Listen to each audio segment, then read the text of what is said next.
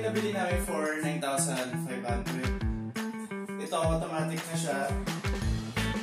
Ayan, pag i-in na natin, tapos pag mag-close din yan. And meron din siyang remote na kasama. So dito, ayan yung mga kasama niya, heat cleaning, female cleaning, and drying. Tapos, may night light din kung gusto nyo makabukas yung ilaw dito, pati dito sa dito. Ito daw, nababago nyo rin yung temperature niya para mag-stop. Heated. Oo, para heated na siya. After nyo magugas, ayan, pwede kayo mag-dry. Hindi siya gano'n na ngayon kasi walang gumagamit kasi meron siyang sensor. So, I think this is a good buy for 9,500 kasi kung titingnan nyo siya sa market, nasa 25k siya, mga gano'n. Check out nyo lang yung link na ilalagay ko kasi marami dun sa Shopee na sketchy reviews.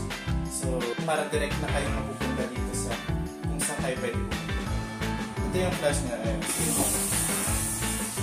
Itong nabili namin, wala siyang tank. Pero kung gusto niyo yung may tank like for condos, nasa 13 plus siya. Pero ito kasi sa bahay naman, so okay naman yung water pressure.